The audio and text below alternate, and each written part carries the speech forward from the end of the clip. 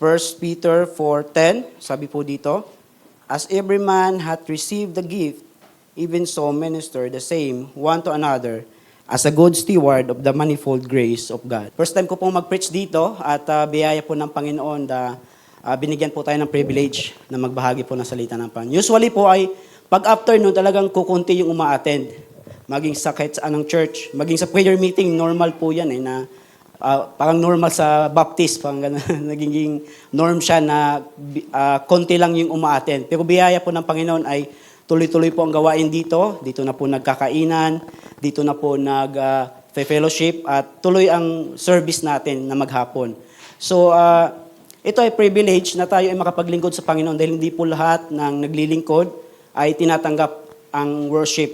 Madami pong nagwo-worship na hindi po tinatanggap yung kanilang worship sa Panginoon as a church dahil nga po ay naniniwala tayo ng ang authority, ang local church, ang landmarkism ay nagpapatuloy yan. Simula hanggang ngayon ay nagpapatuloy yung binibigay ng Panginoon na authority sa isang church. At iyon ay biyaya sa atin ng Panginoon by the grace of God na tayo po ay nakakapagpatuloy maging dito sa Imos So dito ay madami akong nadidinig na mga answered prayer dahil nakikinig din ako sa inyong service dito, answered prayer ng Panginoon, kagaya kanina ng mga binanggit ni Pastor na pagkilos ng Panginoon sa gawain po dito.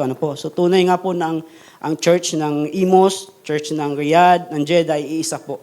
Mayroon po tayong sinasamba na iisang Diyos. So, at talagang ang buhay natin ay maiksi. Ako din po ay nagulat nung balita nga po kay Michelle. Hindi na namin siya naabutan. Naisip namin na maabutan pa sana na makapag-meet. So, biglang nangyari sa kanya. So, yun po ay paalala sa atin na ang buhay ay maiksi lamang. So, habang tayo po ay nabubuhay, tayo po ay may lakas, tayo po ay magtuloy na magpagamit sa Panginoon, maglingkod. Habang tayo po ay binigyan ng kalakasan na magpuri sa Kanya. So tayo po, gamitin po natin yung maiksing buhay natin para siya po ay mapapurihan. So hindi na po tayo magpapatagal. Sa 1 Peter, ang sumulat po dito si Peter. At basically, kung titingnan natin sa chapter 1, ang sabi po doon sa chapter 1, Peter, an apostle of Jesus Christ, to the strangers scattered throughout Pontus, Galatia, Cappadocia, Asia, and Bethany. So basically, ang sinulatan po ni Peter dito is yung mga Jew that are strangers or scattered abroad. Na-scattered sila dahil sa persecution. They are called strangers dahil wala po sila sa kanilang bayan. Sila po ay nagkawatak-watak, sila ay nag-scattered, bagamat sila ay sa biyaya ng Panginoon ay nagpapatuloy. So malaga po itong introduction na ito dahil tayo din po, nung tayo hindi tayo niligtas ng Panginoon, tayo din po ay tinaguro ang stranger. Sabi nga po sa Ephesians ni Pablo na we are stranger or alienated from the commonwealth of Israel. So hindi tayo kabilang. Bagamat sa biyaya ng Panginoon, tayo po ay binigyan niya po ng buhay na walang hanggan. So yun po ay biyaya. So mahalaga po na sa ating introduction, mahalaga po na maunawaan po natin na kung tayo ba ay mayroon ng pagkakilala sa ating Panginoong Hesus, tayo po ba ay mayroon ng kasiguraduhan na pupunta tayo ng langit? Tayo po ba ay hanggang sa ngayon ay stranger pa din ba sa Commonwealth of God? Tayo po ba ay may katiyakan na sa ating patutunguhan pag tayo po ay namatay? So maganda po yung lesson po kanina about eternal life which na nandito tayo sa lupa ay na appreciate, nagagamit na yung ating buhay pala na walang hanggan ay ito ay biyaya ng Diyos at we can live it abundantly habang tayo po ay nabubuhay. So, yun pong parang continuation po ito, yung ating pong message po ngayon, na hindi lamang tayo niligtas ng Panginoon para tayo ay umattend lang sa gawain. Hindi lang po tayo niligtas ng Panginoon at inilagay sa gawain, inilagay niya tayo sa gawain para siya ay paglingkuran. So, malaga po na sa ating po mga bisita, sa mga matagal na pong umattend, mahalaga po ay encourage na mag-join po tayo sa isang church. Magpabaptize po tayo. Yun po yung first command o first obedient natin sa Panginoon. Sabi nga po doon sa Acts, di ba? Acts 2:38, na kung sino yung mga, nung tinanong ng mga tao, what shall we do? At sabi ni Peter na, believe, repent, and be baptized. So kasama po yan sa sa tinuturo po ng Biblia na sumunod tayo, magpaanib tayo sa iglesia ng Panginoon. Dahil sa iglesia ng Panginoon, sa local church, doon po tayo makakapaglingkod sa Panginoon, doon po tayo makapaglingkod sa Kanya ng may nakatanggap-tanggap. Dahil kung hindi po tayo member ng isang church, ay nabe-benefit natin yung kaligtasan na ibinigay ng Diyos, bagamat masarap po maglingkod na member po tayo sa isang gawain, na meron po tayong ministry. So sa ganun nga po ay tayo po nung hindi tayo niligtas pa ng Panginoon ay we are strangers.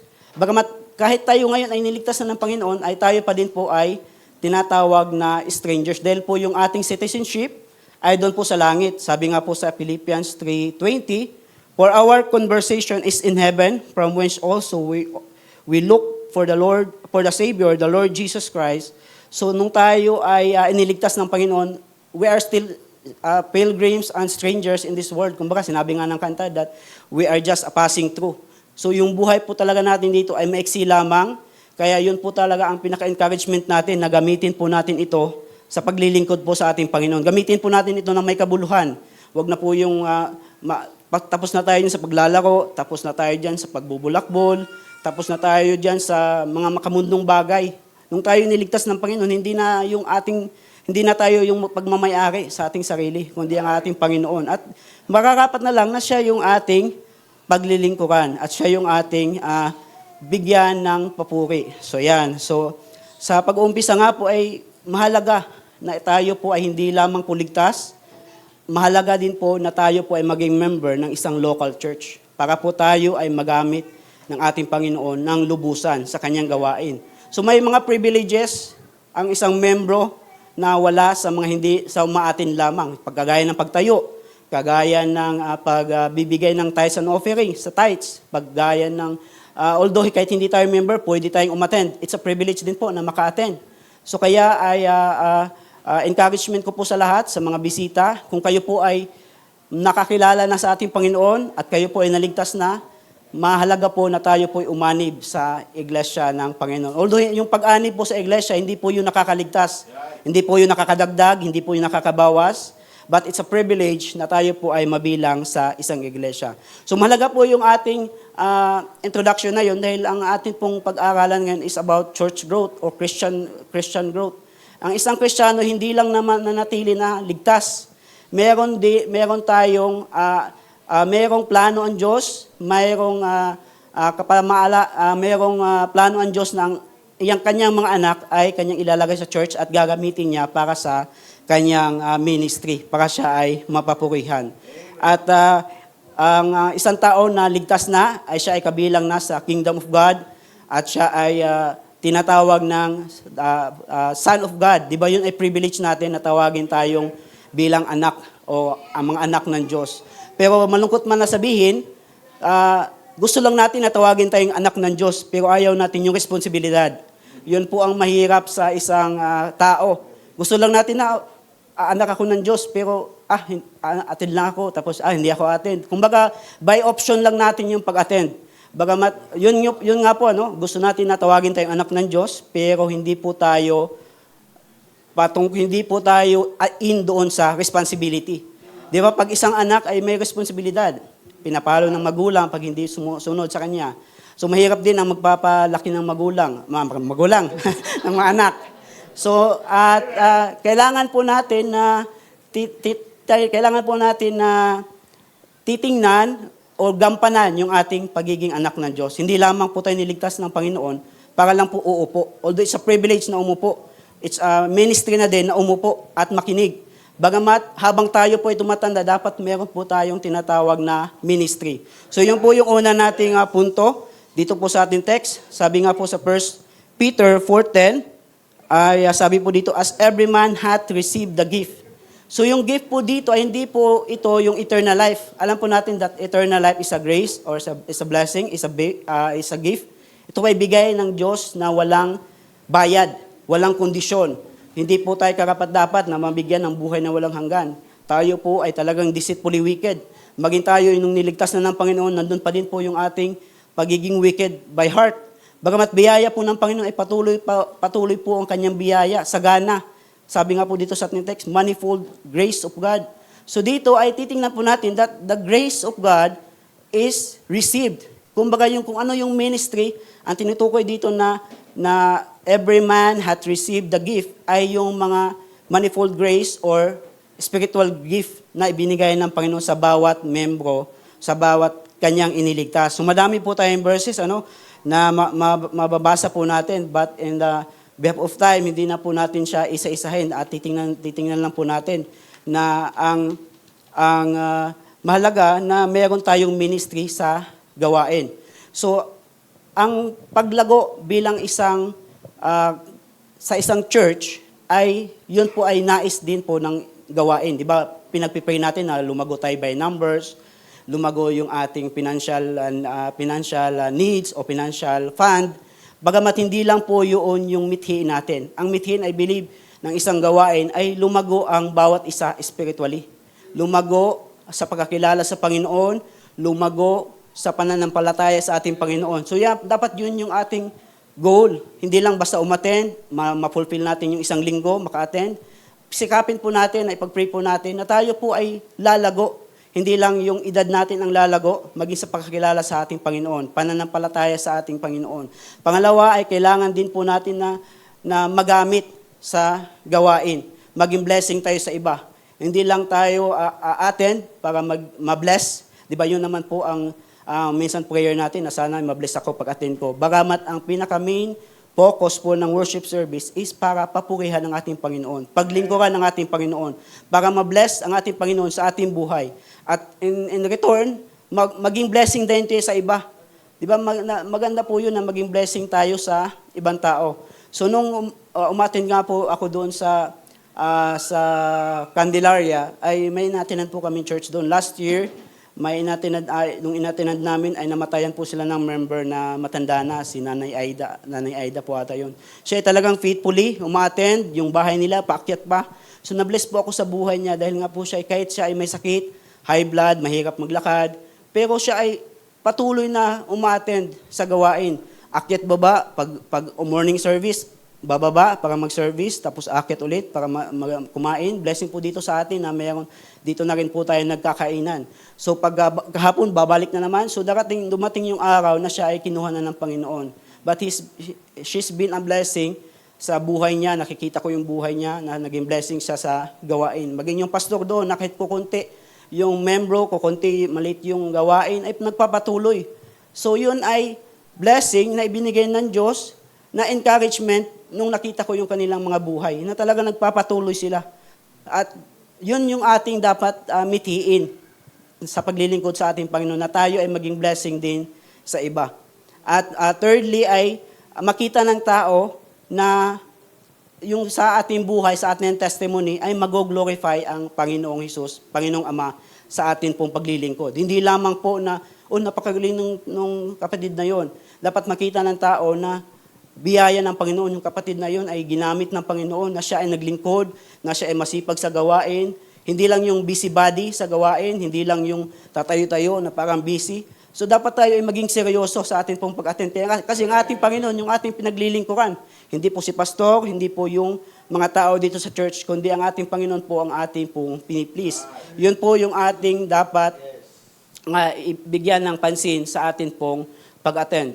Sa Galatians 1:23, ay sabi po doon, "But they had heard only that he which persecuted us in time past now preached the faith which once he destroyed, and they glorified God in me." So ito yung sinabi ni Pablo sa Galatians, na nung alam natin yung istorya ni Pablo na siya ay persecutor ng church, ng Christian. Nung nakakilala nung ginamit ng Panginoon si Pablo, ay naging blessing siya doon sa Galatia, sa mga churches na kanyang, sa mga area na kanyang pinupuntahan at na-build na church, ay nagpapasalamat yung Galatia sa kanya.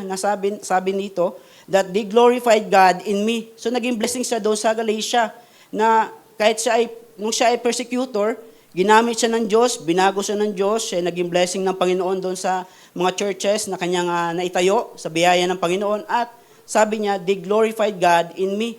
So sa ating buhay, sikapin po natin na ang Diyos ang mapapurihan sa ating buhay. Kaya yun nga po yung aking testimony sa ating pastor, na talagang yung dedication niya, gusto niya na ang Diyos ang mapapurihan, hindi ang kanyang sarili.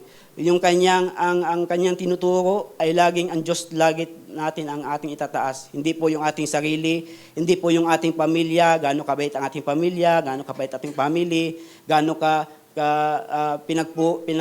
binibless ang family. Kumbaga, dapat Christ-centered po yung atin pong mensahe. So, yun po yung ating unang punto. Dapat sikapin, hindi lang po tayo basta umaattend sa gawain.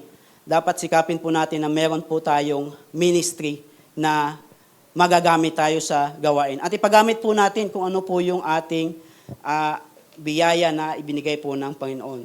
So, the grace that we received, yun po ay spiritual gifts na ibinibigay ng Panginoon sa bawat isa.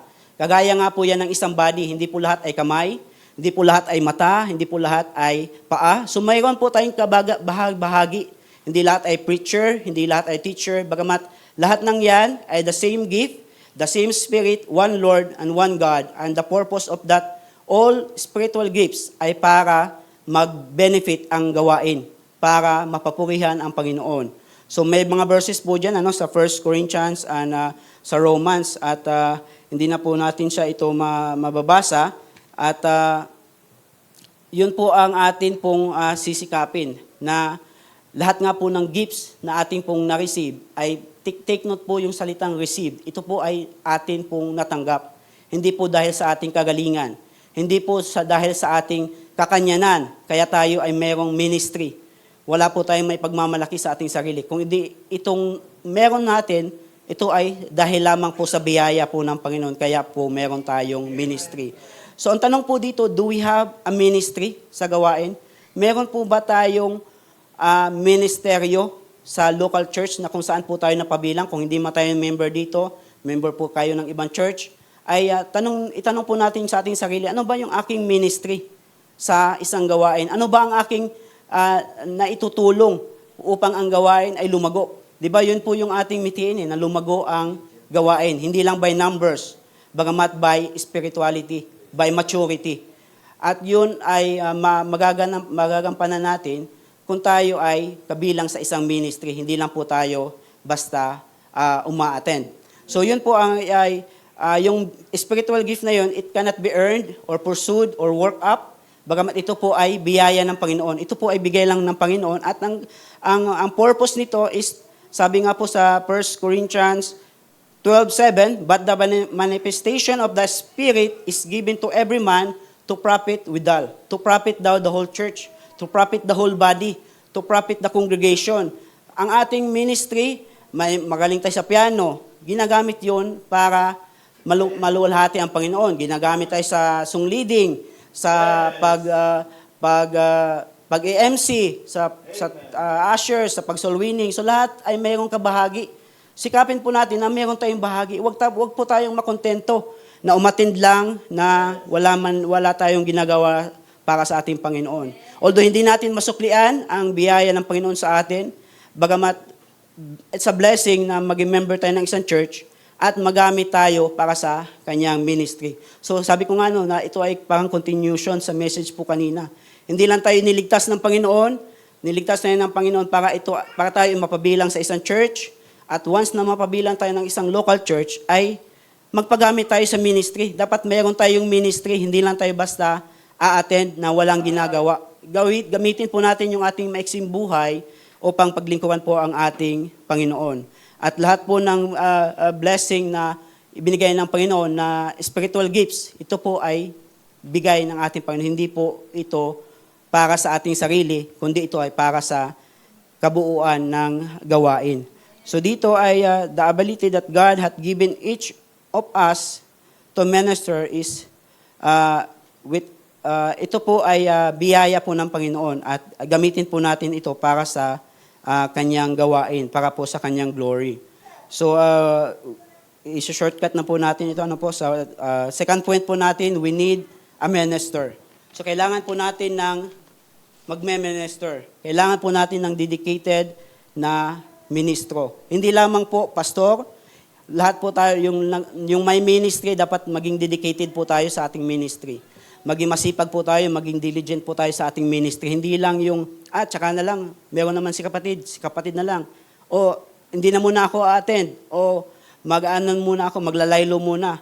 O, may sakit ako. Dapat yung ating dedication sa ministry ay ating pagpupursigihan. Dahil hindi naman tao yung ating pinaglilingkuran, kundi ang ating Panginoon. At ang nagbibigay din sa atin ng lakas na mag-continue ay ang Panginoon din. Kaya ipapanalangin natin sa Panginoon na tayo po ay maging dedicated sa ministry, hindi para sa tao, kundi para sa Panginoon na nagligtas po sa atin.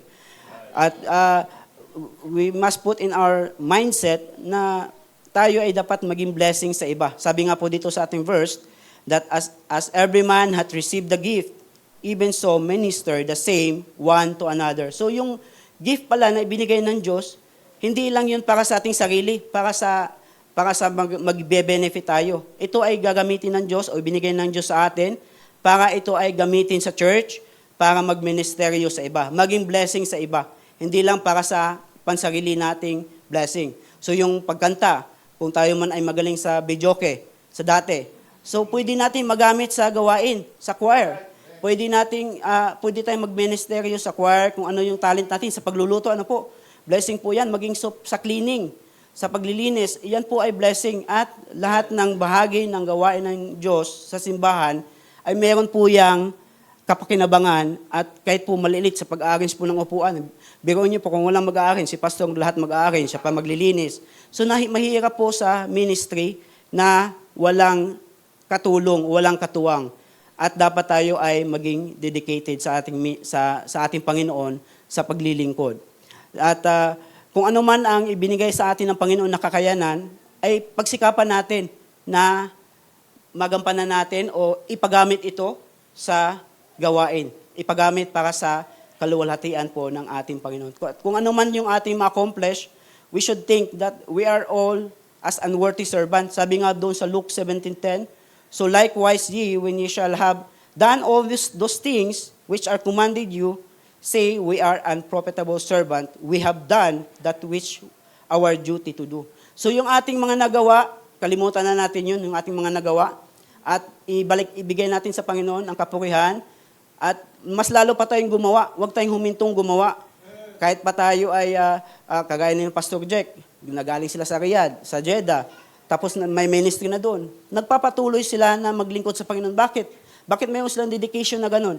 Dahil ang Panginoon ang tumawag sa kanila, ang Panginoon ang nagbigay, yung kanilang puso ay nasa Panginoon. Kaya mahirap talaga maglingkod na yung puso mo ay wala sa Panginoon. Mahirap na magserbisyo sa Panginoon kung ang iyong puso ay wala doon. Talagang makikita mo yun na yung dedication sa gawain, sa pagsiservice. Bakit pabalik-balik ang mga tao?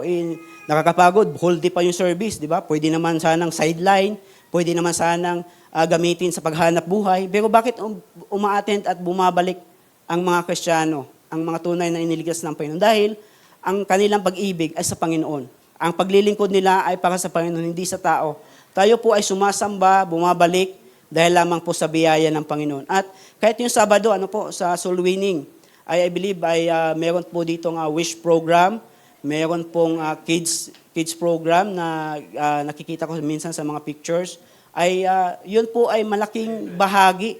Especially, tingnan mo po yung mga bata dati ay hanggang ngayon ay yun yung ginagamit ng Panginoon, yung next generation. So patuloy lang po natin na gampanan yung ministry na meron tayo. At hindi po dapat tayo makontento lang kung ano yung ministry natin. Sa third point, there must be mastery. Dapat merong mastery. Merong pagpapagal na ano pa kayang pwede kong mai-improve para ako ay maglingkod pa sa Panginoon, para ako ay mas maging kagamit-gamit pa sa Panginoon, para ako ay maging effective. Kagaya ng Friday school, sa Sunday school. Kung dati hindi ka gumagamit ng PowerPoint, gumagamit ka na ngayon ng PowerPoint. So nagsisik tayo ng improvement, mastery. Nagsisik tayo ng ano pa yung pwede nating i-improve para tayo ay maging effective sa gawain. Sabi nga po dito sa ating text, as every man hath received the gift, even so minister the same one to another as a good steward. So being a good steward ay bilang isang mabuting tagapamahala or manager, dapat humahanap tayo ng paraan na ma-improve pa natin kung paano yung ibinigay na gift ng Panginoon ay mas mapalago pa natin at mas mapahusay pa natin. At ang motibo natin, kaya tayo ay magmamastery or maghuhusayan pa natin ang paglilingkod para mas mapapurihan ng Panginoon. Mapadali ang gawain, mapahusay ang paglilingkod, maging sa sungleading, di ba po? Pag alam na natin yung pinapakanta, mahalaga na sa gabi pa lang, maaral na natin yung papakanta, kahit hindi na natin titingnan yung lyrics, ay alam na natin by heart. At minsan pag sa online ay nahahalata yung pagkakabulol. Ako din minsan mabulol ako eh. So nahahalata yung pagkabulol, nahahalata na minsan ay kinakain natin yung words. So yun ay pagsikapan natin na ma-master kung ano yung ministry na ibinigay ng Panginoon, ma-master sa pagluluto, sa pag-aalaga ng mga bata, sa pagtuturo. So pwede po nating ma-improve. Wag po tayong manatili sa kung ano na lang ang meron tayo.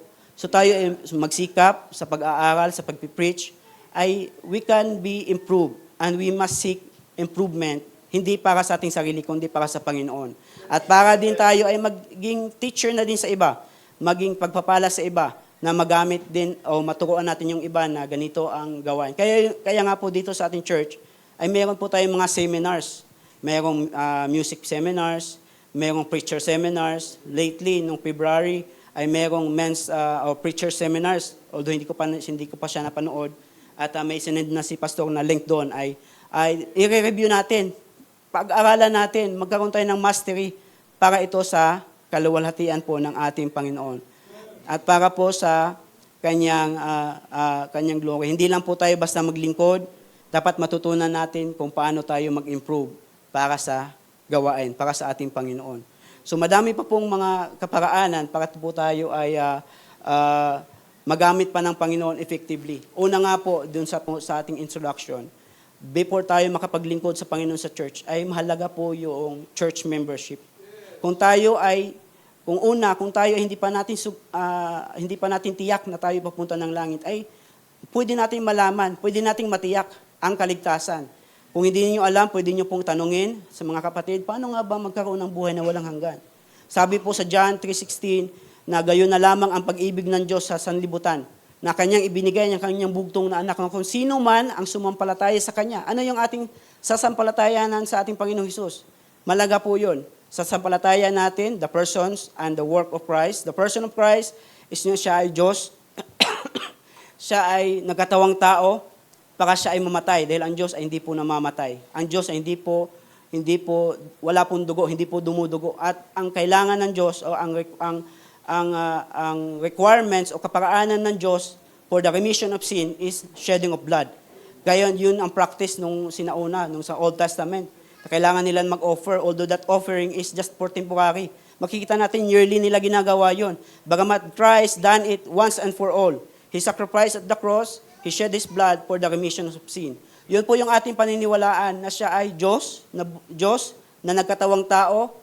Siya ay ipinako sa krus, pinasan yung ating mga kasalanan, at siya ay inilibing, at ikatlong araw siya ay nabuhay ng muli. Yun po yung ating pagkatiwalaan sa ating Panginoon, na siya ay anak ng Diyos, na siya ay namatay, pinako, at inilibing at nabuhay ng muli sa ikatlong araw. So sabi ng John 3:16 nga po, that gayon na lamang ang pag-ibig ng Diyos, na ibinigay niya ang kanyang bugtong na anak. Kung sino man sumampalataya sa kanya, ay mayroong buhay na walang hanggan. So mayroong, hindi sinabi doon will have, but have eternal life. So ang buhay na walang hanggan pala ay masusumpungan na natin habang tayo po ay nabubuhay.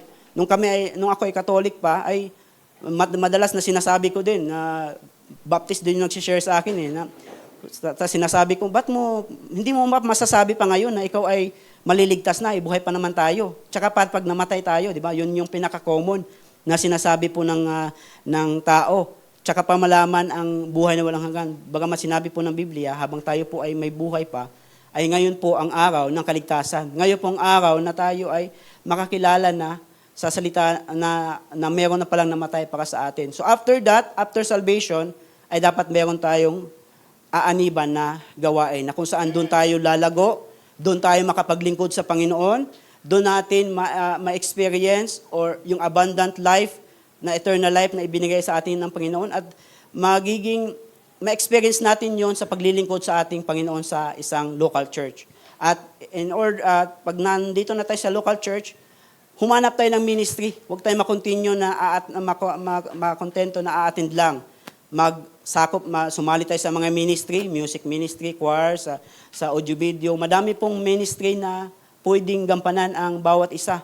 At lahat po ng ministry o kakayanan ay ibinibigay din niya ng Diyos para tayo ay maging fit-in at magamit para sa kaluwalhatian ng Panginoon at para magamit sa isang gawain. At we just not be a member of a ministry, bagamat tayo ay maging dedicated minister. Magpatuloy na magpagamit sa Panginoon, dedicated. Minsan ang pinaka-sickness ng Kristiyano, yung baptist, yung pagiging late. Yun yung pinaka-common. Kahit sa Saudi, kahit anong saang church, kahit prayer meeting din, minsan hindi nakaka-attend. Yung dedication sa paglilingkod sa ating Panginoon ay kailangan po natin na pagsikapan, magkaroon tayo ng mastery kung ano man yung ministry na ibinigay sa atin ng Panginoon, pagsikapan natin na palaguin yon. Naalala ko yung isang kwento ng isang kapatid nung sa Riyadh na yung isang duck ay sumali siya sa parang marathon, merong marathon. Nasa swimming, sa running. Although yung duck ay hindi naman siya magaling sa running. Sa swimming pwede siya. Pero itong duck na ito ay talagang sinisikap niya na magampanan lahat nung event. Bagamat ay nag-fail siya dahil sa running na hindi naman siya sa running at mabato yung daan na kanyang tinatahak.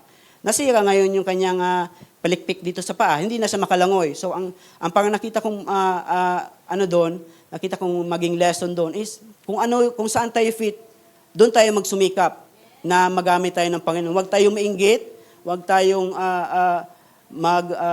mainggit sa ibang ministry. Bagamat kung ano yung kakayahan natin ay doon tayo mag-excel, doon tayo mag-master. Although it is not sin to covet more gifts. Pwede natin hihingin yun sa Panginoon Na Panginoon, gusto ko pong maging singer. Madami na po akong nakitang mga kapatid na sa umpisa hindi naman kumbaga sinasabi nating 120 yung pagkanta. Pero sa biyaya po ng Panginoon dahil sa kanilang dedication sa pagkanta, ay binigyan sila ng kakayanan ng Panginoon na nakakatayo na, nag-duet, tapos nagsisingle, nagsosolo. So yun ay pwede nating i-covet na bigyan tayo ng ministry o bibigyan tayo ng kakayanan ng Panginoon na magamit. Maging yung teaching, pwede naman niyang hingin sa Panginoon, pwede naman yan maaral. So kung talagang meron tayo, yung tama yung ating puso, ay gagamitin tayo ng ating Panginoon. So laging ang Panginoon ay yung gift ay para yan, ibinibigay yan sa bawat isa, sa bawat membro para magamit, para luwalhatiin ang kanyang pangalan. So dito po tayo sa ating last verse. Sa verse 11, sabi po dito, if any man speak, let him speak as the oracle of God. If any man minister, let him do it as of the ability which God giveth, that God in all things may be glorified through Jesus Christ, to whom be praise and dominion forever and ever. So dito sa verse 11 ay makikita po natin na mayroong dalawang kategory. The ministry of speaking and ministry of service. So kung ikaw ay, yung ministry mo is speaking, like soul winning, pag-igihan mo doon. At if you speak as the oracle of God. So dapat ang ating pong mensahe ay ang ating Panginoon. Hindi po yung ating sarili, yung ating imimensahe, hindi yung ating experience, hindi yung ating kakayanan o yung ating mga na-achieve, kundi ang ating pong isasalita ay ang salita ng Diyos. Lagi po ang glory ng Panginoon ang atin pong ibabahagi. Hindi po yung ating glory para tayo ay may taas. Wala naman po tayong may pagmamalaki sa Panginoon. At if it is our ministry is to service, ay gamitin po natin yung gift na ibinigay sa atin ng Panginoon to do the service. Maging sa transpo man yan, sa cleaning ministry, ay pagsikapan po natin na mag-improve pa. Hindi, dahil inutusan ako na naman. Minsan may ganun nung parang tinatawag na owl or laging si ako. Laging ako na naman. So mayroong ganun na iwasan po natin na maging ganun yung ating puso. Dahil ang ating paglilingkod ay hindi po yun sa pilitan. Yun po ay bigay ng Diyos. Yun po ay privilege po natin actually na paglingkuran ang ating Panginoon sa isang gawain. So, dapat tayo ay maging good steward sa ibinigay ng Panginoon. At sabi nga po dito, manifold grace of God. Ang ibig sabihin ay many-folded grace. Hindi lamang yung spiritual gifts, hindi lamang yung eternal life, which is gift also from our Lord Jesus Christ. Maging yung ating biyaya, common grace, maging yung pagagising natin, maging yung strength sa trials, maging sa comfort, sa grief, maging ngayon kina Brother El ay I believe the Lord Jesus Christ giving them grace na makomfort doon sa nangyari sa kanilang anak. Yun ay biyaya pa din ng Panginoon. So manifold, madaming biyaya ang Diyos sa bawat isa at dapat tayo ay maging good steward doon sa mga blessing na ibinigay sa atin ng Panginoon. Huwag tayong maging pabigat, tayo dapat maging burden bearer, hindi tayo maging pabigat sa gawain. So, yun po ay encouragement po sa atin at sabi nga po dito sa verse 11, balikan po natin sa 1 Peter 4:11, sabi nga po dito, that God in all things may be glorified through Jesus Christ. Tingnan po natin yung mensahe. It is always the main message or the center of the message is that God may be glorified in our Lord Jesus Christ. Na ang Panginoon ay mapapurihan at hindi po ang ating sarili, hindi po yung ating mga ginagawa, hindi po yung pag-attend natin dito, bagamat yung ating pag-attend dito ay para luwalhatiin at i-worship ang Panginoon. Pagod man tayo physically, bagamat sa biyaya ng Panginoon, He will give us strength to continue. And each day ay mayroong biyaya na bago lagi ang Panginoon.